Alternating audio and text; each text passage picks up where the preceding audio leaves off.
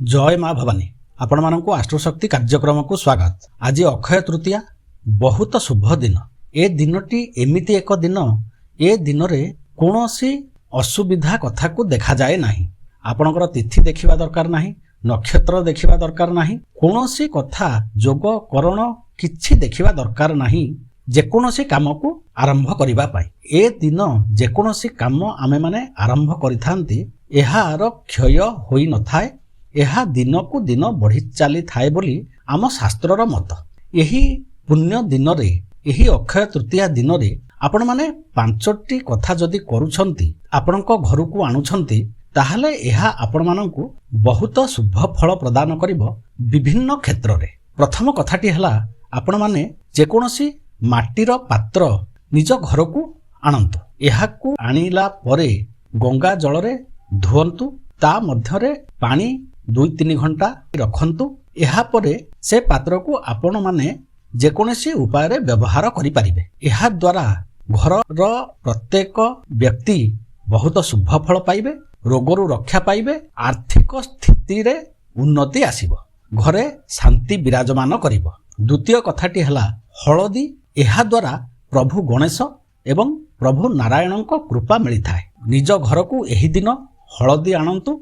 एहाकु गंगा पानी रे धोई सारिबा परे पूजा करंतु। पंच उपचार रे धूप दीप सिंदूर चंदन पुष्प देई पूजा करंतु एवं एहाकु हळदिया कपड़ा रे बांधी निजर ठाकुर घरे किंबा जेउठारे पैसा रखुछंती सेही स्थान रे रखंतु। बहुत शुभ फल मिलिबो। आउ गोटिए काम आपण माने हळदी सहित करि परिबे।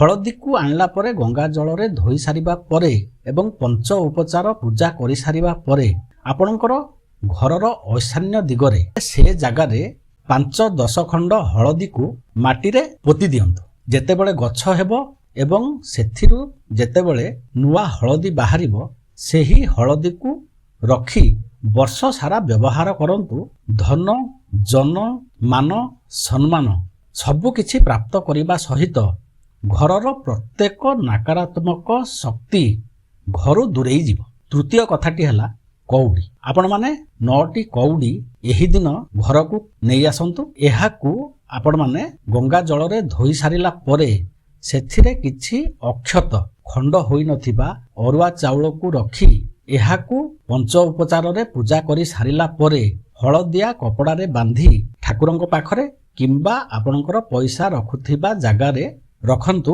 धनर अभाव रहिबो नाही। जेउ काम करिवे सेथिरे सफलता मिलिबो।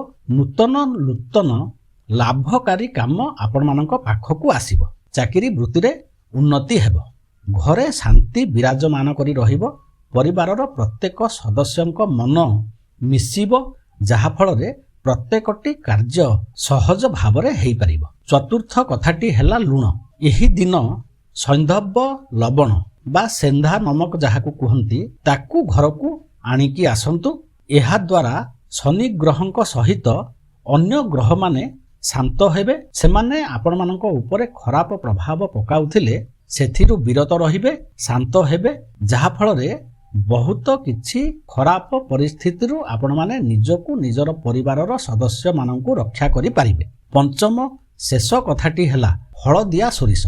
ये दुनिया एमिति एक जगार आसी पहुंची जाइछि जेउठी प्रत्येक क्षेत्र रे प्रत्येक पादरे शत्रुता शत्रु घेरी रहिछंती प्रत्येक लोक मानकु। सेमानंक जोगु आम मानकर बहुत समय नष्ट होई थाए। मानसिक अशांति आमे माने भोगी थांती एवं निजर काम को ठीक भाबरे करि पारि न थांती। सेमानंक पई हळदिया सोरिष को घर को आनी एही दिन घर सारा किछि सोरिष बिंची दियंतु एवं 2 घंटा परे ताकू झाड़ू करी पश्चिम पटे सबुकू पकाई दियंतु बा माटी भितरे पोती दियंतु। एहा द्वारा जेते शत्रु आपण मानकर थिबे, जेते अशरीरी शक्ति आसुरिक शक्ति आपण मानक घरे थिबे से सबु दूर होई जिवे। एही सबु उपाय प्रतिकार आपण माने करंतु।